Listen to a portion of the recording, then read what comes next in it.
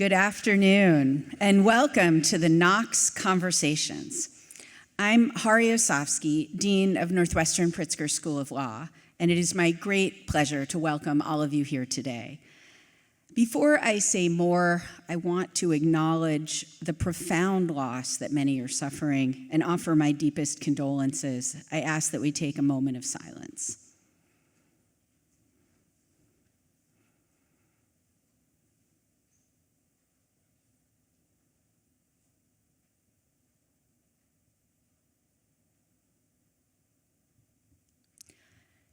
Today is our inaugural program of the Knox Conversations, which were established to create a space for open exchange of ideas, public debate, and respectful discourse on matters of importance to the legal and law school community. We are extremely honored to have an extraordinary bipartisan panel to dialogue on a topic that could not be more timely and important: threats to democracy. Our panel includes David Axelrod, senior political commentator on CNN, host of the Axe Files, founding director of the University of Chicago Institute of Politics, and senior advisor to President Barack Obama. Shaniqua McClendon, who's vice president of political strategy for Crooked Media, and Karl Rove, former deputy chief of staff and senior advisor to President George W. Bush, Fox News contributor and Wall Street Journal columnist and best-selling author. And of course, our moderator, our very own Professor Jason DeSanto. We're extremely grateful that Jeff and Nicole Knox are able to join us today. Thank you for your generous support that made this program possible and for your ongoing philanthropic investment that helps to fund important programs like this one. We're also grateful that so many members of our Northwestern community are able to join us in person and online for this important conversation. Today's conversation was organized by a wonderful team at the law school. Please join me in thanking the entire Alumni Relations and Development team, who are all here today, especially Athena Lasco, Lauren Parks, Jasmine Jenkins, Gloria Serrano, Christine Brakey, and Adam Nordmark. And from facilities, Matt Kornhorst. And I also wanted to give a big thank you to Freddy's for providing the lunches that will be distributed after the program. So please join me in thanking them.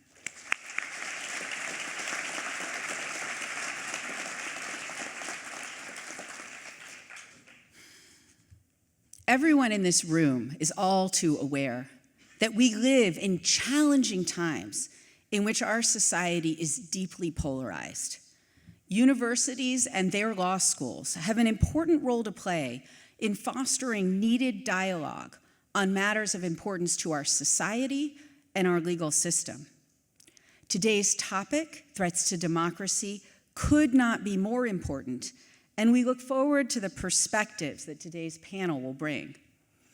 Our three guest speakers have run US presidential campaigns, spent long days in the West Wing, organized in communities across America, and pioneered a bold new era in political media, public engagement, and political conversation.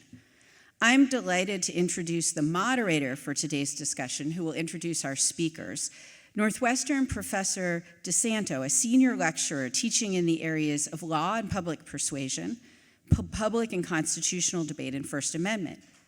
He has served as a political debate strategist for Senator Mark Kelly, Dick Durbin, and U.S. Representative Lauren Underwood.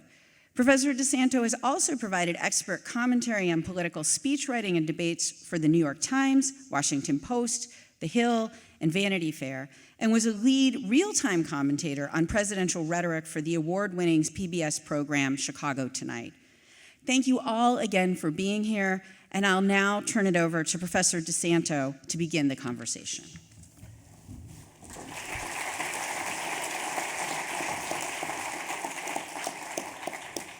Thank you, Hari. Thank you to the Knoxes for your generosity of spirit, and thank you to everyone for being here tonight. We're here, as Hari said, to try to gain some perspectives and perspective on where American democracy is, how it got here, and where it's headed, all, of course, against a backdrop of a world in conflict. What I'm interested in, and what I hope you're interested in, is trying to figure out politics as practiced on a daily basis in 2024, but also a little bit more fundamentally, and trying to ask that timeless question, which in some ways has never been more timely, which is how it is that we can make a democracy, our democracy, reflect us, serve us, represent us, survive, and thrive. And we do have a knockout panel that's going to help us to do that, and it's really my honor to be up here with them and also to introduce them in a little more detail than the thumbnails that Hari was able to give. So we'll just go right down the line here. First of all, David Axelrod is the former chief strategist and senior advisor to President Barack Obama.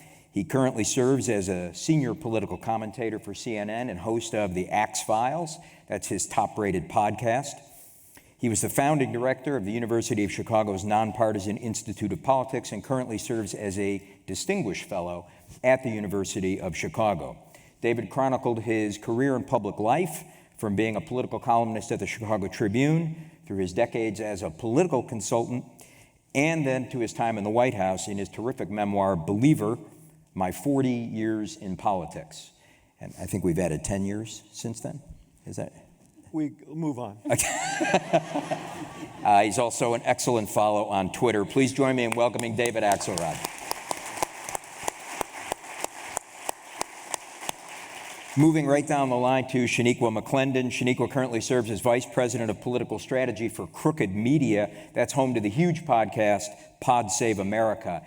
In Shaniqua's role, she led the creation of their groundbreaking voter and volunteer engagement program. That's called Vote Save America, and that's raised more than $55 million for progressive candidates and causes, mobilized more than 500,000 volunteers, donors, and voters.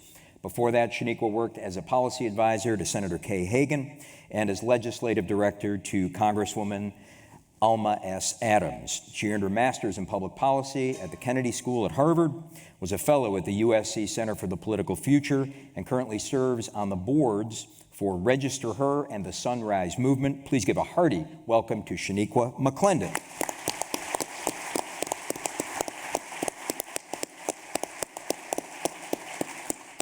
And last but not least, the legendary Karl Rove, who served as senior advisor to President George W. Bush and deputy chief of staff to President Bush. That's where Karl coordinated the White House policy-making process.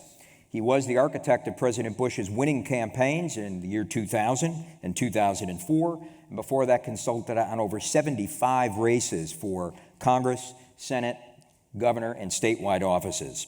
These days he writes a weekly column for the Wall Street Journal, appears frequently on the Fox News Channel, and teaches at the University of Texas. He's the author of the excellent New York Times bestseller, Courage and Consequence, and the historical deep dive, The Triumph of William McKinley. Please join me in welcoming Karl Rove.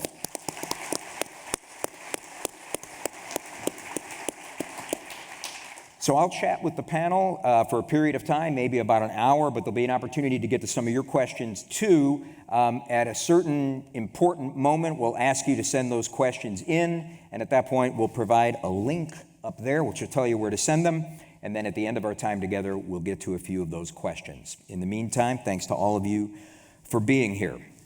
So, American democracy, never better, right? So we know that the topic for today is threats to democracy. And in thinking about that, it occurred to me that what we really have here are three people who can identify what those threats to democracy are, but we also have three people who feel those threats personally. And part of that is because at some point in your lives, you each became interested in government and politics. You fell in love with the idea of government and politics and the possibilities of it. And so it struck me that what we have here is something that's not clinical, it's not even professional. At some level, it's deeply personal. I think it would be interesting for us if you could share the first time you remember becoming interested in politics and maybe what it could do or be. David, we'll start with you. Yeah, well, first of all, let me note that in the spirit of compromise and reaching across the aisle, I am wearing a purple tie today, which is a big thing for a guy from the University of Chicago. I'm going to say something that will cause immediate disbelief among many of you, but that moment for me came when I was 5 years old. And the thing that will cause even greater disbelief is I can tell you the exact date, which was October 27th, 1960. And that was a day that John F. Kennedy came to my housing development where I grew up in New York, Stuyvesant Town. Some of you may be familiar with it. It's a posh rental now. It was kind of an austere housing development for returning war veterans then. And on this particular afternoon, which was 12 days before the 1960 election, he was barnstorming New York. And Rove can tell you that how long ago that was, not just because he's such a venerable guy, but because... Oh, the attacks are coming already. I'm right there with you, brother. Because it was so long ago that a Democratic candidate was making 10 stops in New York City 12 days before an election, which wouldn't happen Still a swing state today. in 1960. Still a swing state. And in the middle of the day, he came to Stuyvesant Town, and my mother was a single mother, and the woman who looked after me took me by the hand, this wonderful woman, Jessie Berry, great influence on my life, and took me out, thought I should see this, put me on a mailbox on 20th Street, and any of you familiar with this area will know this big boulevard. Now it's filled with people, and this guy climbs up on this makeshift platform in front of the Plymouth shop on First Avenue, and he starts speaking, and his voice is bouncing off of walls, much like this, but in this wide open space. And there are people who are watching with rapt attention. There's red, white, and blue bunting everywhere, flags. But it was very clear that people were listening because there was great gravity to this and importance. And he talked about a lot of things that I didn't understand when I was 5. One of the things that he said was that I'm not here to tell you that if you elect me, everything will be good. He said being an American citizen in the 1960s is a hazardous occupation, and it's filled with peril and hope. And we're going to decide which path we take in 12 days. Now, I know now all you cynics out there are thinking, okay, he didn't remember what John F. Kennedy said from when he was 5 years old. And that is true, but through the wonders of Google, Got me. You got me there. I was able to recover that speech. And what he really was saying is that what democracy offers us is the chance as citizens to put our hands on the wheel and turn it ever so slightly in the direction that we think is best. And his brother, Robert Kennedy, said the epigram in my book is a quote from Robert Kennedy saying, "The future is not a gift, it's an achievement." Well, that's true of democracy as well. We all have responsibilities, and in return for executing those responsibilities, we have the ability to have some determination about where our country or our communities go. And I was always engaged by that idea from the time I could think about it, and I am till this day. Self-evident, but not self-executing. Yes. I think is a way to think about it. Shaniqua, how about you? First time that you were fired by the idea of being involved in American government or American politics and what it could produce? Yeah, so I think I definitely experienced the effects of politics and government before I actually understood what it was. What was I, 8 or 9, when my parents got a divorce. We lived in New York. We ended up, my mother and sisters, moving down to North Carolina, where her mother's from. And I have a twin sister and a younger sister. My parents had me and my twin sister when they were 19, so pretty young. And when we moved to North Carolina, my mother got a job, and she was making $22,000 and had 3 children to take care of. And so, we didn't grow up with a lot. And from a really young age, I knew I'm going to get a job that pays me a lot of money so I can have a different experience as an adult from what I had as a child. But when I got to college, I started to understand more of how the world works. I got a lot more insight. And I started to understand that, my mother didn't make one decision that, put us in that situation. And a lot of people didn't make one decision that put them in that situation. But there were lawmakers who were making lots of decisions that did put a lot of people in that situation. And so I started to shift the way I was thinking about these things and became less interested in just helping myself. And I wanted to help others, lead better lives. And so another inflection point, though, was Barack Obama running for president. I remember, for whatever reason, my senior year, I started watching Chris Matthews. And then MSNBC just stayed on all the time. I fell asleep to it, I woke up to it, and saw a ton of coverage of the election and just became enamored with this man who was saying, if you have hope and you believe in this American dream, you can make this country what you want it to be. And I truly did believe that. In school, I had a lot of opportunities that led me to where I am right now, but I saw that a lot of people, especially people of color, were not having that experience. I went to, for undergrad, I got my business degree from the Keenan Flagler Business School, and there were probably fewer than 6 Black people in that program. There were 600 students total, though. And I just became really interested in how do I help create opportunities for other people, which is why I turned down the job offer I got at Credit Suisse, which my father was not happy about. And I took a temporary job fundraising at United Way. And it was there that I started to actually see more of the impacts of education policy decisions. I was fundraising at law firms and architectural firms and accounting firms who were writing these huge checks, but I was also actually fundraising at Title I schools, trying to get teachers to give money. And although they were giving a lot less, they were so generous because they knew that that money that they were donating would cycle back into the lives of their students. And so a lot of that just really reiterated the importance of education and access to it. And then I got the opportunity to intern at the White House under President Obama, which again was another inflection point and just really exciting. I'm gonna try not to keep looking at you because I know you were a big part of why, I was able to even have that opportunity, but. Well, people like you are why we had the opportunity, so that was a group achievement. Yeah, fair enough. I mean, I have my one vote, but I did use it in North Carolina, where he won in 2008. So, I was thrilled to have that opportunity, and I ended up volunteering in the Office of Correspondence, which was probably like my 9th choice on the list of offices you could choose. But after I went through that process, it ended up being really transformational, reading the letters that are coming in from constituents around the country. And I specifically worked in the student correspondence department. And again, it just opened my eyes to more of the education issues that students were facing. There were some funny letters.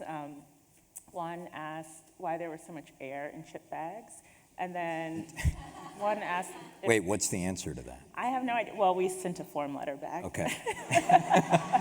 a form letter on air and chip bags? Okay. Yes. We had some heated discussions about that in the White House. Well, there was another letter that asked if he could get Lindsay Lohan out of jail. I don't know what we sent back to that either. I'm sure it was another form letter. But there were a lot of students who were upset that they didn't have physical education. They didn't have music anymore. The infrastructure of their schools was crumbling.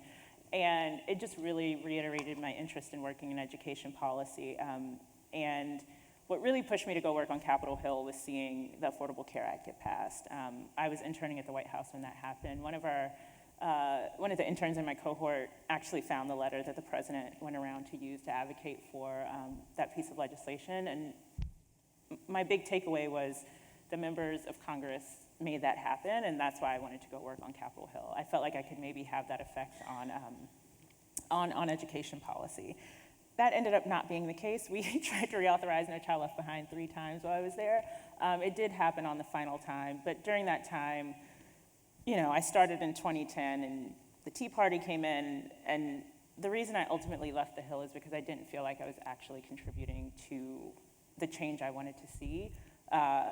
Staff was doing a lot of work, members were doing a lot of work, but a lot of laws were not being passed. And I even saw things that I didn't like from the Democrats that I looked up to, which is ultimately how I ended up at Crooked. I wanted to help better politicians get elected to actually see the policies that I was interested in. So, yeah. Well, we'll come back to the work at Crooked in a minute, but first I want to get to Carl and see how John F. Kennedy and Barack Obama inspired him. Carl, if you want to comment on that, that'd be a great way to round out this set of questions. The stories I could tell. Actually, I have no idea why I have an interest in politics and government. All I remember is that I can't remember a moment where I wasn't. I have the first book that I ever read, Great Moments in History. I'm a sophisticated guy today, but it may surprise you that I was a nerd in school. Hush Puppies. By the 5th grade, I had a briefcase, had a pocket protector. Remember the first time you had a civics course and you wrote a paper? Our 3 branches of government, or, our Constitution. I wrote mine on the theory of dialectical materialism. This guy, Mark, sounded like a really bad guy. Were you bullied as a child? Pardon me? Were you bullied as a child? Only by my older brother, who looks amazingly like you. Anyway. Well, he did call you venerable. Yeah, venerable. But actually, Axelrod got the best of me in the 60 campaign, because it's the first campaign I can ever remember, like Axe. I became a Republican, even though my parents were completely apolitical. My father did not tell me until he was 74 who he voted for. And my mother was like completely politically crazy. I worked in a campaign and she voted the straight Republican ticket.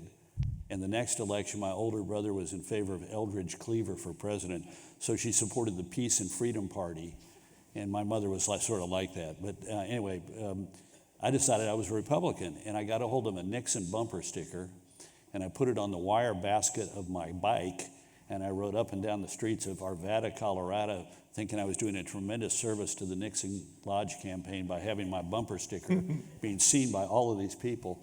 Unfortunately, it was seen by the little Catholic girl across the street who had about a couple of years and 30 pounds on me. And when she pulled me off the bicycle and put me on the ground and began to wail the hell out of me, I think, ironically enough, about 12 days before the election day. But I mean, did you tell me? I think Kennedy had said, according to David, it was a hazardous time in our country. So that makes sense. Yeah, exactly. But no, I've always been interested in, and it's been, fortunately, a great part of my life, and made it a really remarkable journey. Okay, so there's obviously a longstanding commitment among the 3 of you, and a passion for not only the work you've done, but the reason you've done it. So to get to truth in advertising, as you see it, we'll have some opportunity to dive in a little bit more. Carl, I'll go right back to you. As you sit here today, what do you see as what is endangering the idea of democracy, government, politics, as you came to love it? The growing distrust by everybody across the political spectrum of the great institutions of our society, about the only things that have a strong support among the American people, and even then it differs by subgroup. But the only 2 things that the American people seem to have confidence in are their military and law enforcement.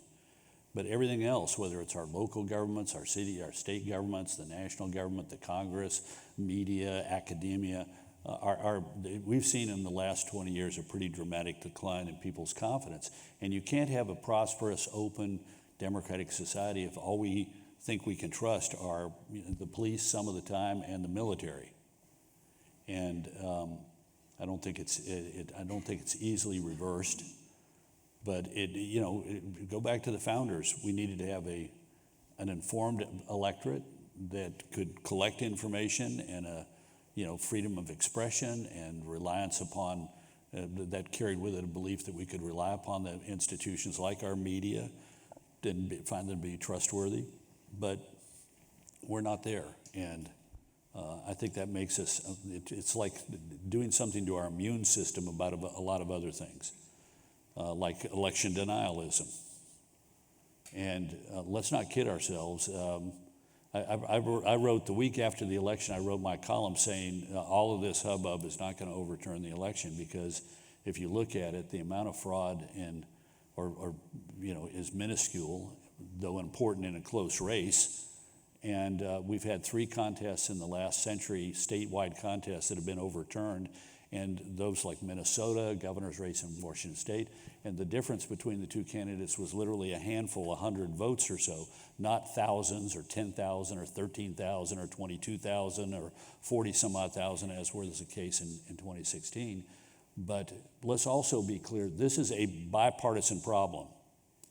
The most obvious example is Donald Trump and Republicans, but I went through the 2004 campaign where the theory was that Ohio had been shifted out of the John Kerry column by Republicans having a computer network based abroad that shifted 122,000 votes from John Kerry's column to George W. Bush's column, giving Bush Ohio and with it the election. And this had 37 members of the U.S. House of Representatives, not as many as we had in 2016, but actually 2020, but it was 37 members of the Democratic House stood up and said Bush engaged in this conspiracy, and the conspiracy was led by his Svengali, Karl Rove. And among them, the chief leader, the guy who made the movement on the floor to deny the election to Bush and to reward it to John Kerry, which got 37 votes, incidentally, was James Clyburn, the guy who made Joe Biden president of the United States. In the 2020 election through his support in the primary. By supporting him in South Carolina. And among the people, the 37 was John Lewis, who was a saint. But we got to be careful about, sort of saying people who have views about elections have no, are a danger to our, yes, in some ways they are, but also this part and parcel. Well, let me respond to two things there. That you raised faith and trust in institutions, and then the idea of election denialism. So on the first point, some recent research from the AP NORC Center for Public Affairs Research. Almost half of Americans believe democracy is not working well. And the Gallup poll on trust in government institutions, to your point, this is just a month ago, trust in the presidency among the American people, 59%, not very much or not at all. That's down 11 points over the historical average. Trust in Congress, 67%, not very much or not at all. That's down 16 from the historical average in this Gallup trust poll. Trust in courts and the Supreme Court, 51%, not very much or not at all. That's down 17. Shaniqua, do these numbers worry you? Do Carl's concerns about lack of faith in institutions concern you? What else concerns you about the state of democracy? Yeah, absolutely. So I'm someone who believes in institutions. I believe in government, and if everyone, or at least most people, don't believe in it, then there's no value to them in participating in our democracy. And that is something that's coming up a lot when we think about the 2024 election. It was something that came up a lot in 2016 and 2020 as people started to question, why am I participating in this? I'm not getting anything out of it, which is disheartening and frustrating because when you don't participate, that is how you create a world in which you don't have the impact that you want to have. But there are real reasons that people feel this way. I mean, you look at the Supreme Court right now and a lot of the attention that has gone to Justice Thomas and the conflicts of interest he's had as he's taken money and gifts and, who knows what else. And he's presided over these cases. The Supreme Court is supposed to be the institution that, is impartial, it's not supposed to be political, and have a check on our other parts of government that we elect. And it's hard, even for me as someone who believes in these institutions, to feel like that is the case for all of the justices right now. And I think another problem that has just become very pervasive in our society and culture, it's been there, but I think it's worse now, is there's just a lot of people who are focused on themselves. There's a lot of individualism and lack of concern for, our collective humanity and existence. And when that happens, especially among our elected leaders, you start seeing them pursue power for the sake of having the power and not for the reasons that I initially got into government was, yes, you need power to do things, but to do things, not for the sake of having power to advance your individual interests. I think that is why you see things like voter suppression. You have to reduce the number of people who are participating so that you can kind of take that power for yourself and do the things that you want to do. And so, I think over the course of time that I've been working in politics, officially, I guess, starting in 2010, I've seen minority rule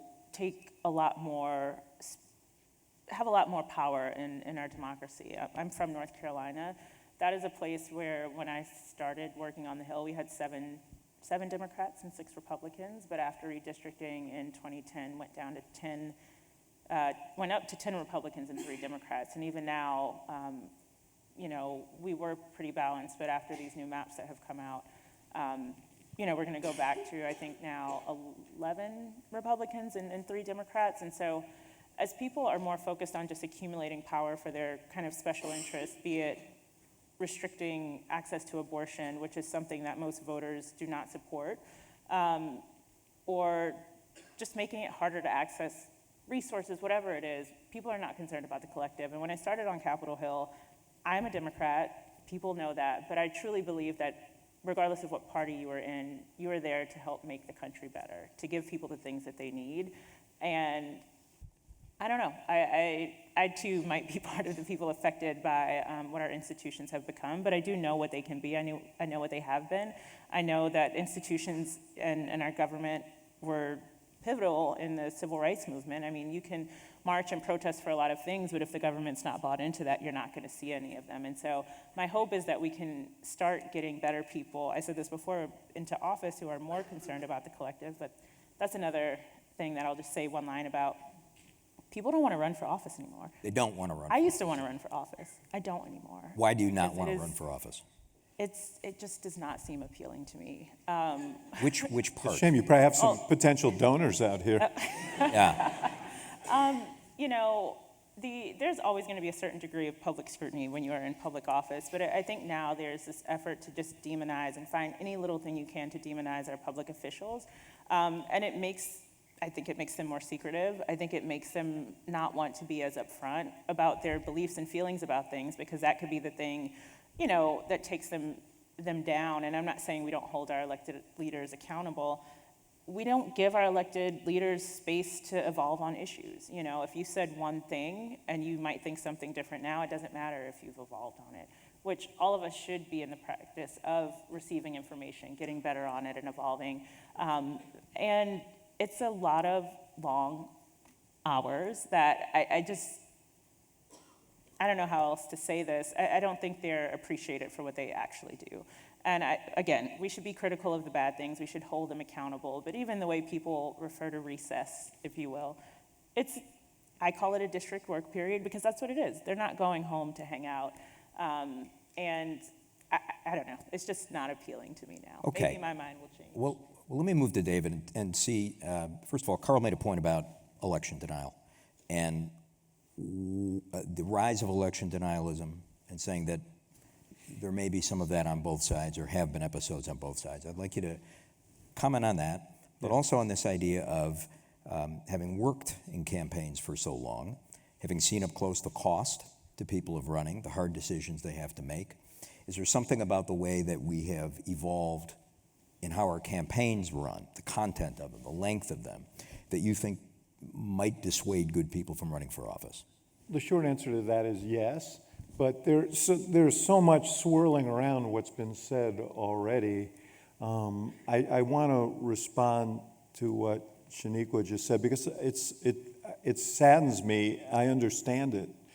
And it's not just people not wanting to run for office, but people beginning to disbelieve that that their vote has power. But the enemy of democracy is cynicism. Democracy is an ongoing battle between hope and cynicism. Democracy is a project that we have to continually work out. And right now, the cynics are on the march. And the ultimate defeat of democracy would be if good people like you, I'm not holding you I'm going to stay personally. in this work. But if good people walk away, and I fear that, I think, and Carl would speak to this, I bet you see after the escapades we saw in the last few weeks, some more retirements on the Republican side of good, thoughtful members who just don't want to put up with it anymore. And a lot of this has to do with there are so many reasons why democracy is under siege, and it's not just here, but everywhere. One of them has to do with social media and misplaced incentives, so that, the profit motive in social media is to keep people online. And the inspiration of these algorithms is that the way you keep people online is to find that place, that thing that alienates them, outrages them, and that keeps people online. That's good for advertising, that's good for the bottom line. But it drives people into these silos in which you feel affirmed, even if you're not particularly informed. And then everybody outside that silo becomes an enemy, not just an opponent on an issue, but an enemy. And that has infected our politics, and it has infected our media. So this is a fundamental challenge to our democracy. But to Carl's point, listen, we'll get into Donald Trump, if only because he would insist. But It is true. It is true. But Carl and I disagree on a lot of things. But I always tell the story, and I want to tell it here, that when Barack Obama was elected, the Bush administration and President Bush himself could not have been more supportive, cooperative, helpful to us. Now, he didn't do that because he loved everything we said. We said many critical things about his administration in that campaign. He did it because he believed that it was his responsibility as a trustee of the democracy to hand it off to us in good order and give us a chance to do the best we could. And I will be forever grateful for that. Carl is my friend, and I have a lot of friends who are Republicans. But what Donald Trump represents is something completely different. He does not believe in rules or laws or norms or institutions. Doesn't believe in them. Thinks they're for suckers. Yeah. And he believes that the world is the Hunger Games, and the strong take what they want and the weak fall away. That is completely antithetical to what democracy requires. That is the cynicism that I'm talking about. And I'm sorry that he has hijacked so much of the Republican Party to the point. So getting to this election denialism issue, Carl mentioned John Lewis and Jim Clyburn, and I remember something about what happened in 2004. I don't think any of them thought they were going to overturn the election, but they were making a point about what they thought was voter suppression in the state of Ohio, and they used that forum to make it. You can agree or disagree with whether that was the appropriate forum, but nobody went into the day of the vote that was going to certify the election, believing the election wasn't going to be certified. And 70% of Democrats did not believe after that election that the election was invalid. I will say that in your first election after 2000, there were more people that should have been up, asked for questions. No, that's for me. Oh, I see. If you can. I was gonna. Does anybody have any questions? So, and I think there was a lot of turmoil and disquiet around that election that was unhealthy and that contributed to this environment. Yeah. But it troubles me. Just Carl, 1 second, 'cause I know I've talked a while, but it troubles me that 70% of Republicans now say that the last election was invalid, because one of the fundamental bedrock institutions of our democracy is free and fair elections. And if large numbers of people come to doubt it, that's a real problem. It troubles me that good people who could have been Speaker of the House were excluded solely because they weren't election deniers, that you had to be an election denier to be elected Speaker of the House in this last round. This worries me. So I don't know that there's an equivalent. I mean, I feel fairly certain there's not an equivalence between what you saw in 2004 and what we saw in 2020, when a president of the United States propagated a lie and hijacked large numbers of his own party to embrace it. Yeah. Carl, Yeah, look, I'm not Carl. I'm not making that argument. What my point was, we ought to be careful. I've now seen recently people saying, if you deny the authenticity of the 2020 election, you have no right to be involved in the public life of our country. And I'm not willing to go there. Look, when I wrote that column, let me just tell you, I got a blast from the then occupant of the White House. Total loser. Rove is such a loser. He's such a loser. And go Google New York Times Rove Trump insults, and they'll have like 50 of them there. But what my point is that we got to be careful about this. And I mean, I went through. You mentioned the controversy in 2000. Yeah, and people say, well, Bush stole the election. No. Go read the autobiography of David Boies, the lawyer for Al Gore. And he'll explain what that was all about. And that was the political director of the Gore campaign said, we cannot abide by the state law that requires a recount to be done in all the counties of Florida, because if we do, Bush's margin will grow. What we need to do is have a recount only in 3 heavily Democratic counties, 4 at the beginning, 3 is what they ended up with, in order to recount those votes and get the undervotes and convert them into votes for Al Gore, which is cynical.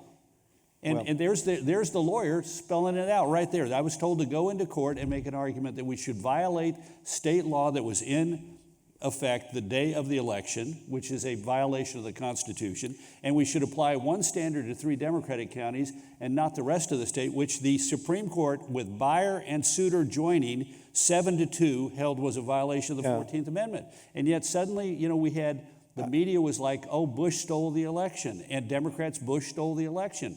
So we're in a bad place. And the way to get out of it, I don't know. I do know this. Weirdly, the conundrum is, think about this, since 1996 through 2020, with a brief sort of hiccup in 2012, we have seen an dramatic increase in turnout in every presidential election since 1996. Every 4 years, the percentage of turnout and the number goes up dramatically, as do the number of registrations, with that one hiccup of 2012. So at the same time we're losing confidence in the process, we're tending to participate more in it. So that says something to me about there's underneath some kind of enduring faith that we have a responsibility as Americans to participate, and a belief that maybe we can bring about some kind of a change. I wish that were, listen, I'm rooting for this democracy, and I wish that were true. I hope it's true in the future. I fear that, like everything else, what's motivating people is more anger than hope. And anger, just as with social media, anger is an accelerant. And I didn't bring up 2000, Carl. Listen, the Miami Herald did an audit of the 2000 election and found that Bush would have won that election in Florida. What I'm saying is that I think it took on a new dimension when the President of the United States, Al Gore conceded. Yeah. Okay? Donald Trump has not. Yeah. And his refusal to concede has burdened your whole party in a way that is really destructive, and it threatens our democracy. And that's a huge concern. There are many other things we need to worry about long term, including the pernicious influence, I'm not saying of Pod Save America, the pernicious influence of social media, but we have a clear and present danger right now. Well, why don't we talk specifically about that? We are talking about he who shall not be named, but usually is.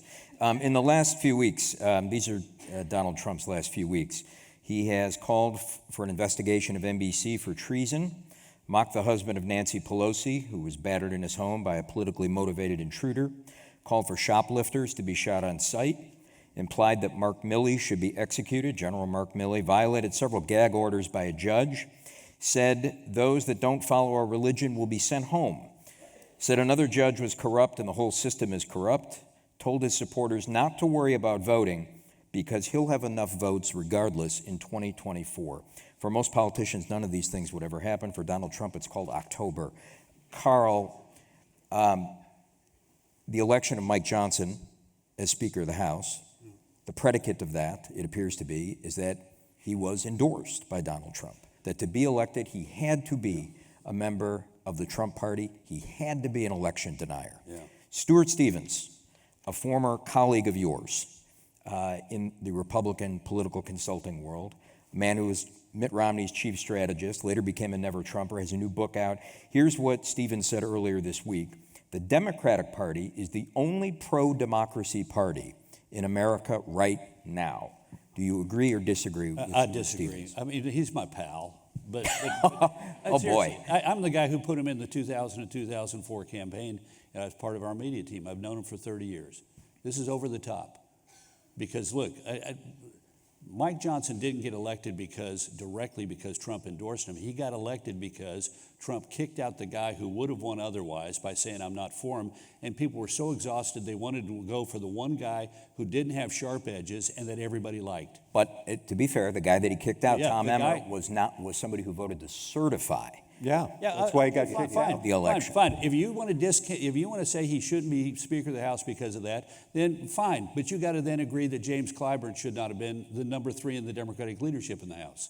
Did he vote against certifying the election? Yeah, he led the effort, stood up on the floor of the House, got 37 Democrats to say this nutty theory of a computer abroad over the internet switched these 122,000 votes and Bush won Ohio and with it the White House. And he stood up on the floor of the House and led the effort, supported by Barbara Boxer, which allowed them to actually have 37. And David's right. Most Democrats said that's lunacy. But nonetheless, if we're going to say that Mike Johnson, who people, I don't know him, but people tell me he's a nice guy without any sharp edges. And at the end of the day, that's what happened. Okay. Is that the guy who sort of, they were fatigued, they'd gone through. Think about it. What an idiotic process that 8 Republicans with 208 Democrats kick out the Speaker of the House, and the 8 Republicans have no idea what they're going to do next because they are anarchists and nihilists, and all they wanted to do was burn it down. And they have taken over the party. Well, I'm not certain they have, because I'm talking to a lot of people who say, you know what, I don't want to get on the other side of Donald Trump because I don't want to go Because through a he's tough taken over primary. the party. But well, maybe so. We'll see. Well, and just to, not to put too fine a point on it, but maybe to distinguish your Clyburn example, the architect of the election denial the last time around is back again. He's running for president again. Yeah. And he will need the support of certain people if he attempts to do it again. And here's what Liz Cheney, the former Wyoming congresswoman, said about Donald Trump just this weekend if he's elected again. There can be no question that he will unravel the institutions of our democracy. Do you agree or disagree with that?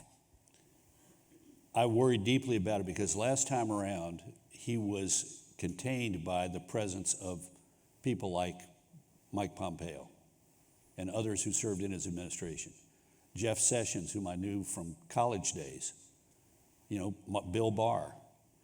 But who's going to go in to any if Trump gets elected? First of all, I'm one of these people, I may be wrong about it. If you had to bet today, you'd have to bet on Trump and Biden be the nominees, but I'd take the field against them. The American people do not want these people. And David's right, a point that we glossed over. One of the big problems in democracy today, and it's going to make itself felt in 2024, is we hate our political opponents more than we love our own party. More people, take a look at any poll. People say, I'm voting for Joe Biden because I hate Donald Trump. I'm voting for Donald Trump because I hate Joe Biden. I mean, that's not where America needs to be. We need to be back in a point where people say, you know what, I'm voting for that bright young John Kennedy because hope and optimism. I'm voting for Ronald Reagan because I think he can restore America and make us a shining city on a hill. And I don't know necessarily how to get there, except it starts with the leadership, with the kind of people that we put forward. And that's why I'm betting on the American people saying, you know what, the 82-year-old and the 78-year-old who are, how old was Obama when he got elected? He was 46. 46. George Bush was the old guy in 2000, 54. And we're talking about an election between one guy that's going to be 82 shortly after the election, another guy will be 78 shortly before it. I've got a question for That's Shaniqua 160 years of experience. And can I, There is something called too much of a bad thing. Before I ask Shaniqua a question, so just want to point out, if you have questions for the panel, feel free to submit those here, and we'll be able to sort through them in a couple of minutes. Shaniqua, on this question of the age of the candidates, so much of the work that you do is organizing young voters. Can you talk a little bit about what Vote Save America does? And from the people you talk to, the work that you do, is there a fatigue with the fatigue of the candidates, the age of the candidates? Definitely. I mean, I even hear that from people who work within our company. And I just want to go back to who we're putting forth. That is not a decision that is solely made by voters. It should be, but we have to look at all of the outside interests who elevate the people who we end up voting for. I don't think people participate in primaries enough, which is why we end up with the people that we see in the general election. But there's a lot of corporate interests that their money, their outsized influence on our elections has a really tremendous say in who actually makes it to the top of the ticket. Obviously, a lot of biases that exist within our electorate do that too. Something that has always just sat with me is, when Barack Obama and Hillary Clinton were running against each other, I was really interested to see if gender or race would, who would win out in that battle. And what I learned from that was being a man still matters, and it will get you to the presidency. And then I looked at the 2020 election, and the 2016 election. And again, the country elected a man, even though he was clearly unfit. We didn't need to see him in the presidency to know that. And people have lots of reasons. I definitely think Hillary Clinton being a woman played a role there. And finally, the piece I'll add is Bernie Sanders in both of those primaries. He did a lot better against Hillary Clinton than he did Biden. And again, I think it's because she was a woman. But yes, so I just wanted to make the point that there are a lot of factors that go into who actually makes it to the top of the ticket. And we need more people participating in both the primary and general elections to actually see who I think would get more people excited. But yeah, that is what we're hearing, something, I shouldn't air all of this, but. Please, Go please ahead. air. Please air. Just between us. Clean air Here. environment, please, please. I will just say a group of people that may or may not be my coworkers, not all of them, but we had a really interesting conversation at our staff retreat, and some of the younger staff were really questioning, why do we have to vote for Biden? And there's a lot more that goes into our elections. If no one is running against him, then that's just kind of the option that's there. But that doesn't suffice as an answer. I think back to when I voted for Barack Obama. I honestly thought he was going to lose the primary, but I wanted him to have my vote, so I gave it to him. And I think that everyone who goes to vote should have that experience of having someone that they're excited about. Are you going to agree with them on all policies? No. But you should be excited about the vision that they have for the future.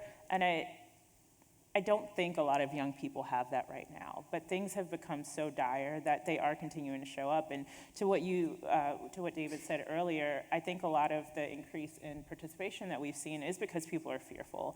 A lot of people didn't expect Roe to be overturned by the Dobbs decision last year, and I think that is what powered a lot of the participation in those midterm elections. But that's not a positive reason to participate. Everyone's trying to protect themselves, not actually advance a better country.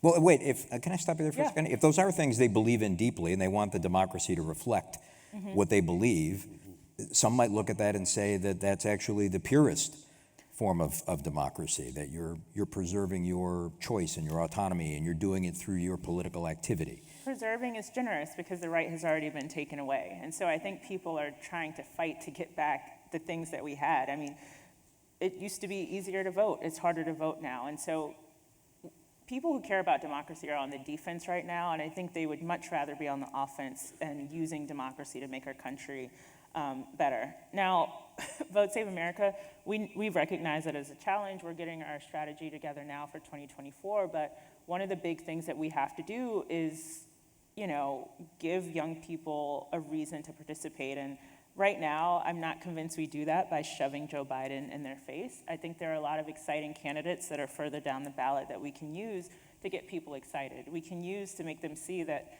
you know, you elect this person now, they might be president one day, and they can do the things that you want them to do. But the thing that I know a lot of young people don't want to hear, I was the same way, it's just it's a long-term thing. But we can start to make change around the edges with a lot of these down-ballot candidates, whether you like her or not. I think someone like Representative Alexandria Ocasio-Cortez, she gives people hope of what the world could be, the things that could come. And if we had more people like her in Congress or just in elected official positions in general, I do think people would be more excited about participating and not participating out of fear. David, you want to respond? Well, a few things. First of all, I'm glad that you voted for Barack Obama because he excited you and not because Hillary Clinton was a woman. But secondly, I know, I just kind of made my own point, but it had nothing to do with gender. He really got me going. No. But one thing in this discussion, listen. I would be if I'm Team Biden, I'd be concerned about turnout among young people. I think that's a real issue. But in terms of the larger issue of democracy, we shouldn't go through this whole discussion without mentioning the fact that one of the reasons people don't participate in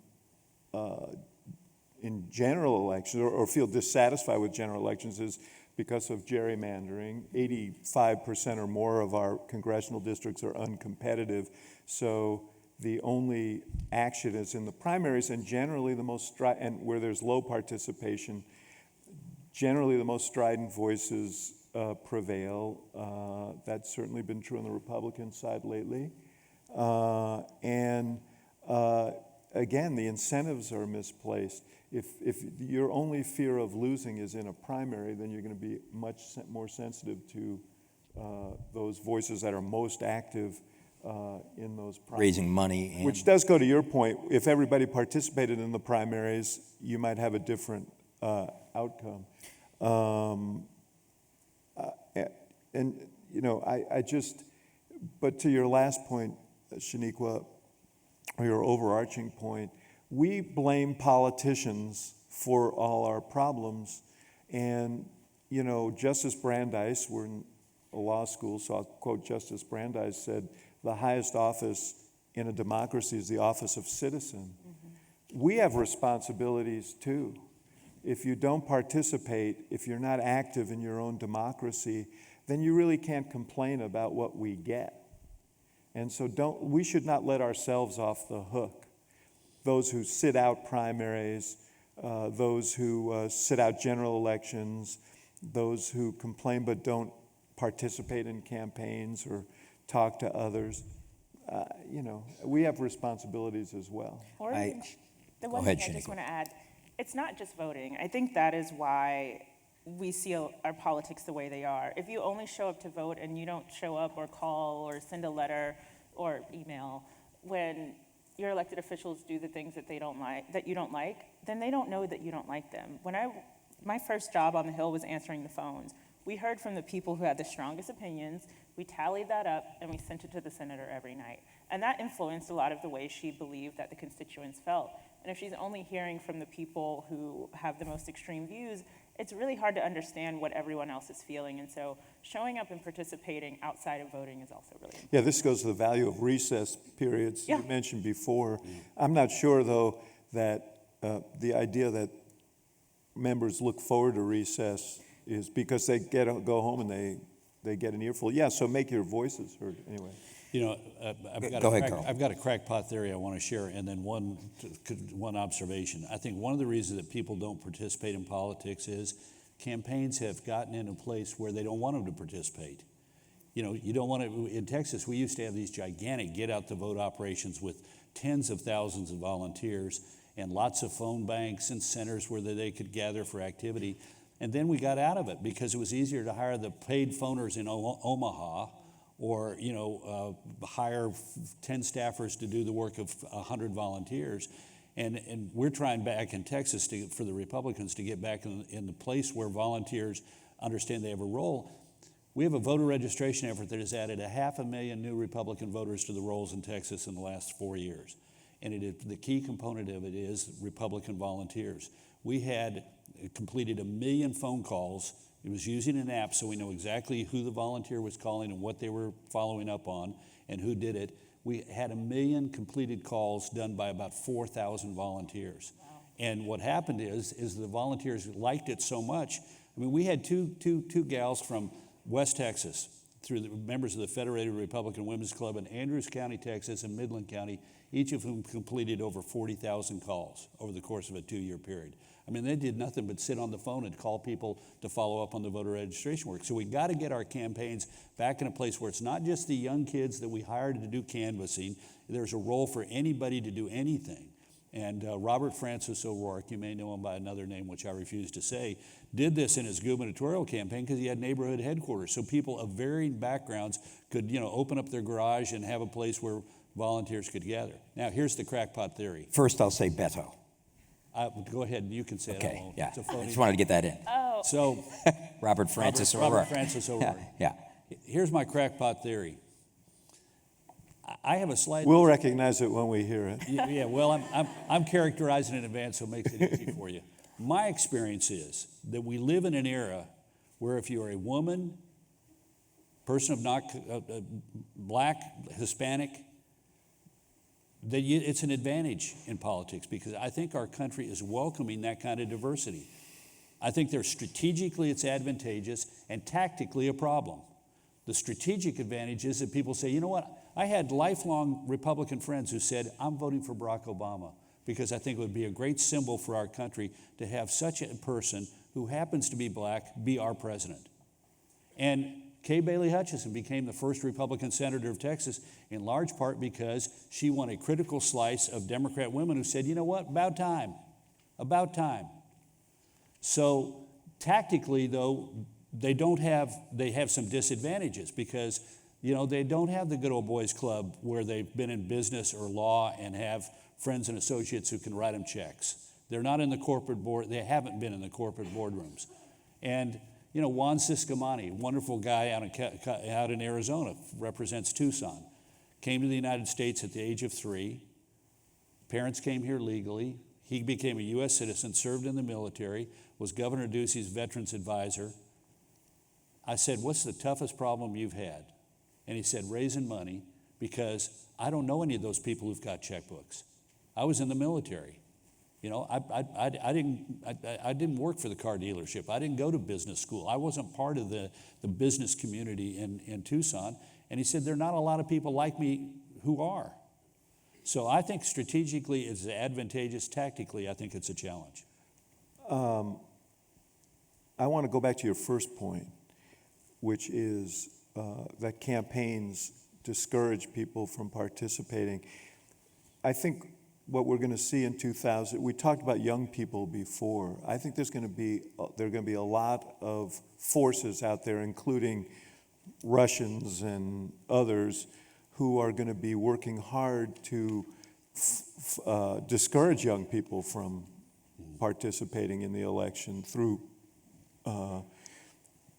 outreaches on social media. I think it is an insidious thing, and it's also true that we become so tribal that we all of these organizing efforts are aimed at getting out, our tribe, and less and less people are open to persuasion. That's worrisome as well. On your own tribe question, going back again to Carl's point, and then I want to work Shaniku in on something else Carl had said. This idea of targeting, phone calls you can make much faster than used to be to motivate your own supporters, not necessarily to reach people who are in the middle. Now, here's my question, and it goes to the kind of tribalism that David has been referencing throughout today.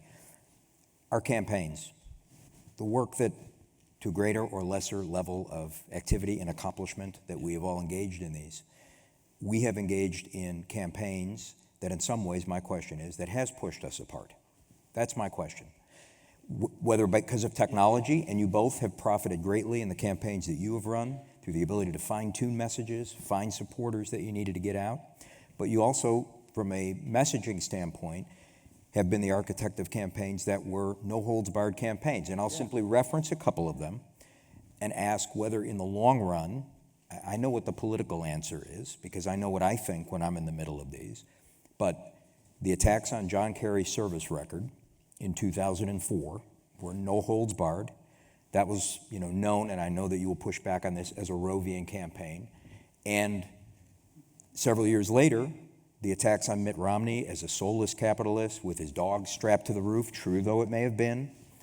The dog part, yes. The dog was in a cage, let's be clear about that. It just wasn't strapped on top of it. So, because that would have scratched the top of this. Okay, so these were... I'm sure everybody's relieved. I'm happy to claim 2004 as a Rovian campaign, and I'll tell you why. Because the media say it was a base election. No, it wasn't. We geared our campaign to two things: maximize Republican turnout and go after persuadable voters. If it was a base election campaign, how is it that we erased the gender gap and for the first time in history won 51% of the women's vote? If it's a base campaign, how did we go from having 8% in the black vote in 2000 to having 16% of the black vote in battleground states in 2004? And an increase in Hispanic turnout as well. Hispanic turnout as well. And also we had the highest vote among Jews since Ronald Reagan in 1984 when he's carrying 49 states. The campaigns that look at data and say the purpose of data is to identify and maximize turnout are only doing half the job, and they deserve to get beat if they get beat. Data serves a valuable purpose of identifying people, helping you identify people who might be open to persuasion but aren't in your camp today. And a campaign that doesn't put a significant amount of its resources of all sorts, money, advertising, outreach, on that group is making a big mistake. David. You want me to respond to Carl, or do you want me to? Look. As you wish. The issue on the ballot in 2012 was the economy and how we were going to approach the economy. Then Governor Romney, now Senator Romney, had a particular philosophy. He was coming out of private equity and the role of private equity, and certainly in some of the cases in which he was involved, was to maximize to make companies more efficient, maximize profit, and sell them. And so there were, And cut jobs in the process. Yeah, so that it seemed like fair game. What shocked me in that campaign was that he never told a counter story. I fully expected that he would tell a counter story about the positive things that he had done, and somehow he was convinced. I mean, I've come to know Mitt Romney. Mitt Romney is actually a friend of mine, and has a soul. And what? Has a soul. I'm sorry? He has a soul. Yes, he certainly does, and he's shown that. Well, but I mean, I can tell you personal stories of kindnesses that he extended to me after I ran a campaign against him that were really moving to me. But he was ill-served in that campaign. Because yes, we were tough, but they sort of surrendered. They didn't tell the story, a positive story about his business record. They wouldn't talk about the governorship because he was the author of a health care plan that looked a lot like the one that Obama was promoting, and that would have killed him in a Republican race. And he didn't talk about his faith because he was told that, well, Mormonism evangelicals will be uncomfortable with that. And you basically stripped him of all of his. So, yes, we ran a tough campaign, but they sort of surrendered as well and didn't tell their half of the story. And that's part of campaign. Do you think there's some incentive in campaigns for candidates not to reveal themselves in a way that would build a bond between people? I'm thinking of all the people who have said, oh, if you really knew Al Gore, you'd like Al Gore a lot more, or if you knew Hillary Clinton, or if you knew Bob Dole. I will tell you this about races for president, and Carl can speak to this as well. Authenticity is absolutely essential. Even Donald Trump, whatever you think about Donald Trump, nobody says, gee, I wish he'd speak his mind. Authenticity is very important. And, what happened to John McCain and Mitt Romney in their two campaigns was that they basically, McCain was a maverick and independent. Romney was a moderate governor of a blue state, but they had to get through a primary process, and it goes back to this discussion we were having earlier. They had to be something other than what they were in order to get nominated in a party that was increasingly moving to the right. And Carl George W. Bush, certainly I want authentic. to support what David had said, because this does go back to authenticity and the willingness of the candidate to share who they are. And one of the admirable things about Mitt Romney that it's also a shortcoming is that he's reticent to talk about these things. Well, he used to be. And well, when he was on the ballot, we'll say. To me, the classic moment is there was a debate in Jacksonville, Florida during the primary. And this was during the moment where Herman Cain was ascendant. And Newt Gingrich was desperately trying to get back in the act. So he went after Romney at this debate in Jacksonville, which the entire crowd were Herman Cain fanatics. And Gingrich is saying, "You rich plutocrat," foreshadowing some of the attacks that the Obama campaign was to level in the general election. And he said, all you got from your daddy. And your daddy was a wealthy, was a rich guy who ran a car company, and he gave you all his money. And Romney uncharacteristically lost his temper. Instead, I'm not going to apologize for what I've made in my life. I've worked hard for what I got, and I'm not going to apologize. And I'm sick and tired of you beating up on people who've worked hard and achieved in their life. And the place went nuts. Now, he said, "I didn't get what I got. I made it myself, and I'm not going to apologize to you, Newt, for it." And the place loved it. However, he didn't tell the whole entire truth. He could have said the following: "You know what? My dad did give me some money. When he died, he left each of his children a pretty handsome sum of money, and I was in my early 30s, and I had a big family, and I could have used it. But you know what I did with that money that my father left me? I gave it to the university he graduated from in order to help create the George S. Romney School of Public Service, because my father gave me a more important gift than money alone, and that was a belief that if you work hard in America and keep your nose to the grindstone, you can achieve whatever you want to achieve." And so I knew I could give that money away, knowing if I needed money in the future, I could make it. But he couldn't find it in himself to share that. And politicians, David's absolutely right, authenticity matters more than anything else.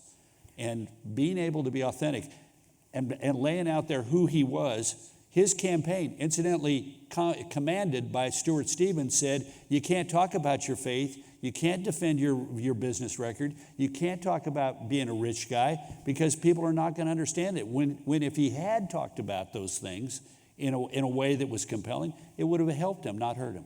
But let me just say, because I'd be remiss if I didn't, and I don't want to destroy this moment of comedy with a T, with my friend, but just on the Swift Boat Veterans for Truth, John Kerry was a war hero. John Kerry enlisted in the Navy. He went to war. He was a war hero. And that was done. The Swift Boat Veterans for Truth were not the Bush campaign. And I'm not accusing, I don't know that you would claim that as the Rovian part of the campaign. But I just want it said that was unfair. And because of the peculiarities of the system, Kerry was not really in a position to respond. And maybe they made a decision not to, which I think, to my point earlier, was a terrible mistake. Because of the money they had available Right. to them in August, right? Shaniqua, a minute ago, Carl was, I think, commenting a little bit on candidates, women, candidates of color. It looked like maybe you had wanted to jump in at that point, but I want to make sure if there was a, well, you were poised, and then, Yes. and then Brother Axelrod jumped in there. So if there was... My immediate thought was, I don't think you can separate. So to say that it's appealing to voters, I think we've seen that in some places it is, but in a lot of places it's not. I think that when you look at someone like Lauren Underwood, who's in a district that is not, majority black, and she's able to get elected, I think those are less rare, but rare instances. There's still a lot of racism in this country. There's still a lot of sexism. And I think back to 2020, after George Floyd's murder, where it felt like I truly believed, and I spoke to people who were alive in the 60s who also felt it. I truly believed that something was about to change, that there was something, the thing that we thought happened when Barack Obama got elected, I really thought was happening in 2020.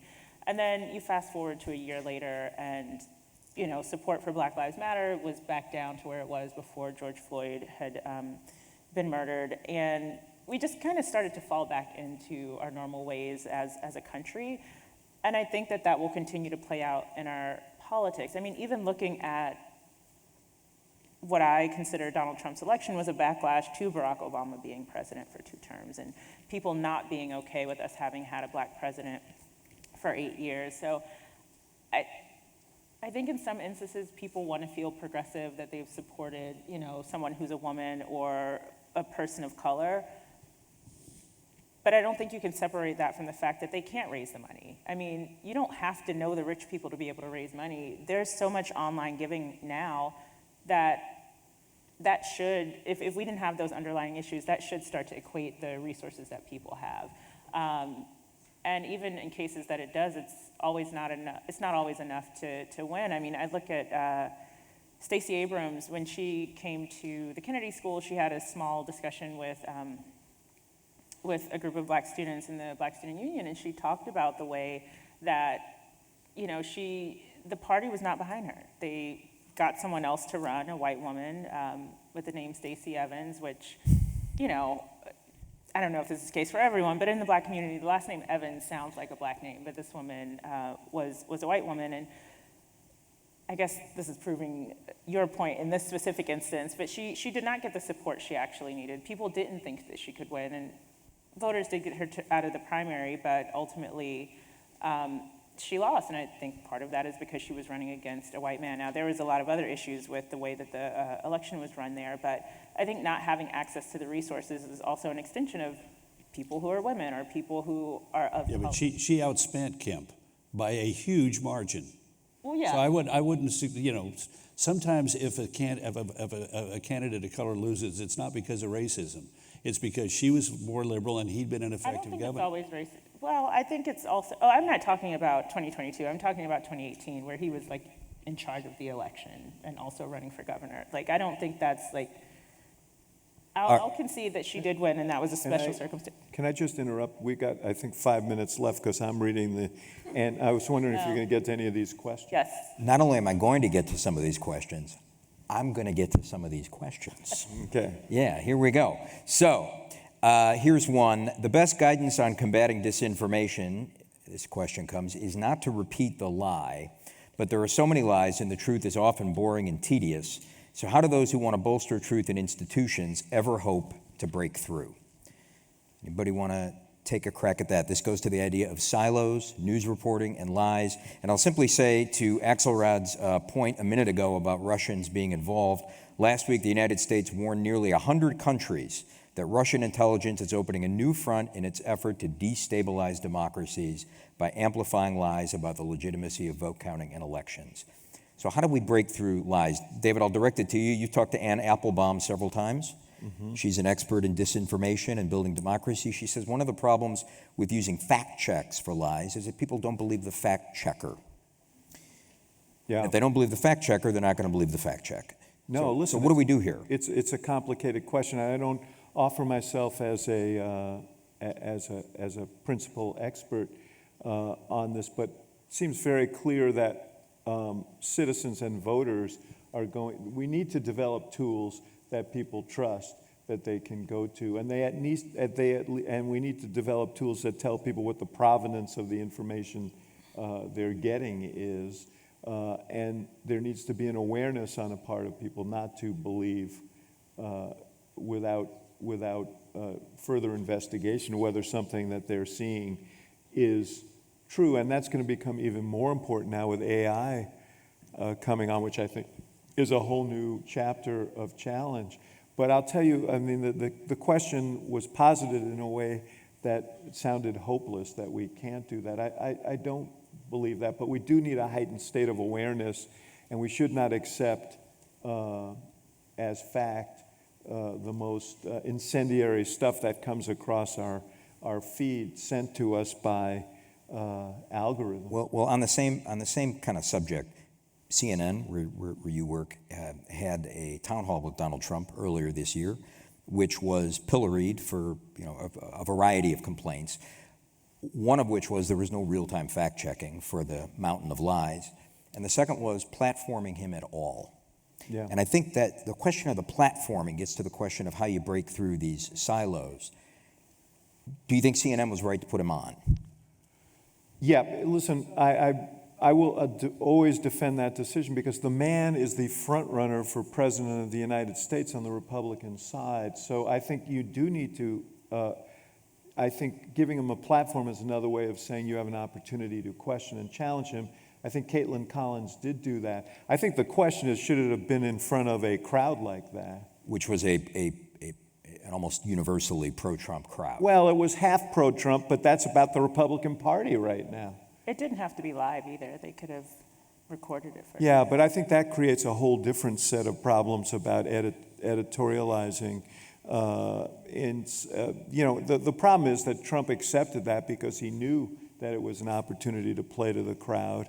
I'm not sure that he would accept a one-on-one with a challenging interview. Well, let me ask you a question too. So I know, Shaniqua, in our conversations, you explain the origins of crooked media in part as being a response to the right-wing media ecosystem, right? Carl, you work for Fox News.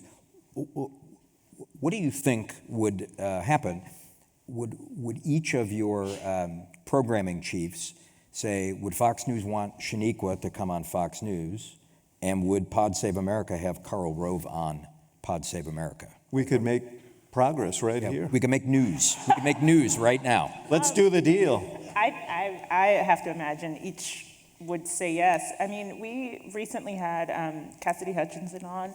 We had Chris Christie on, and there's someone else I'm not remembering. I mean, I think we draw the line at having anyone on who's going to, I mean, it's a recorded podcast that we can edit things out, but it's not worth our time to have someone on who's just going to refute facts and just spew lies, because there's no value in that conversation. We absolutely do believe that we should be having a holistic conversation, and we don't have to agree with what people are saying, but there has to be truth there, and the person has to be willing to engage from, real facts, not alternative ones. And to the question about mis and disinformation, I think in addition to kind of affecting the way people receive information and understanding it, this is a role, I think this is a space where government could play an actual role. I personally think we need more regulation on our social media platforms.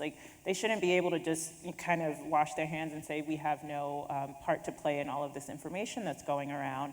And if lies are inciting, an insurrection, someone has to be held accountable. I interned at Facebook one summer, and my last week was the week after the Charlottesville protest riots when that young woman was killed. And to sit in the room, I feel like I'm not supposed to be talking about this, but to sit in the room and hear people who work there bend over backwards to defend keeping those events up on Facebook so people could, attend them, see all the information about them, was really disgusting to see. And so I think we have to have some type of intervention for these platforms.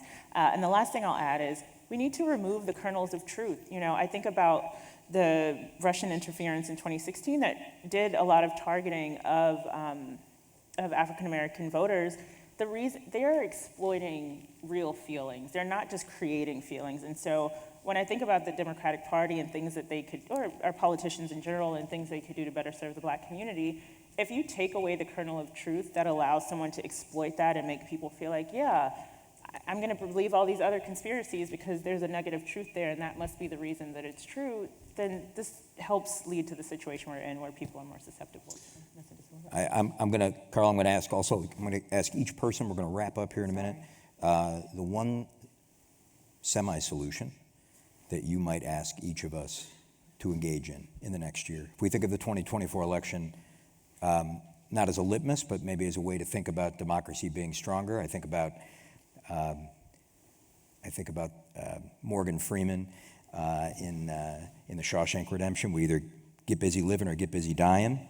Where are we in a year? What can each of us do in a year? I'll give you a chance to respond to Shaniqua, and then also. Yeah, I'm not going to necessarily respond to Shaniqua, but earlier we talked about social media. I'm not a big fan of what Elon Musk is doing in raping and pillaging the fact-checking and misinformation staff of Twitter, formerly known as Twitter X. But he did one interesting thing.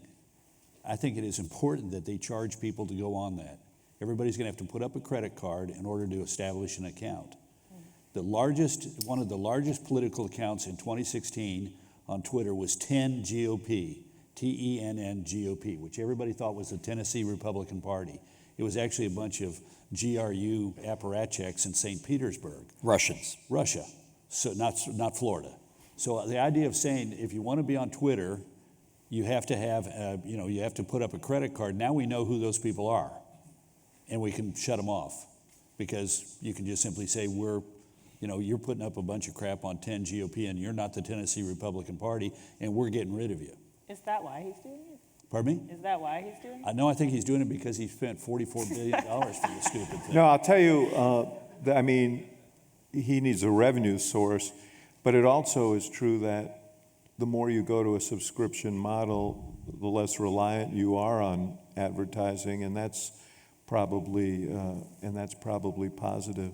Anyway, and we have to do something on digital advertising that requires a disclaimer and something that requires the services that allow, whether it's Google or Facebook or whomever, allows you to have some transparency on where that's coming from, so that we know that it's coming from a political committee or a non-existent entity. A disclosure of sorts. But I agree with Shaniqua on regulation. I do think that we should have transparency about these algorithms and how they're programming, and we should have, and there should be some accountability on the part of these platforms that are making a gazillion dollars for the material that they put online.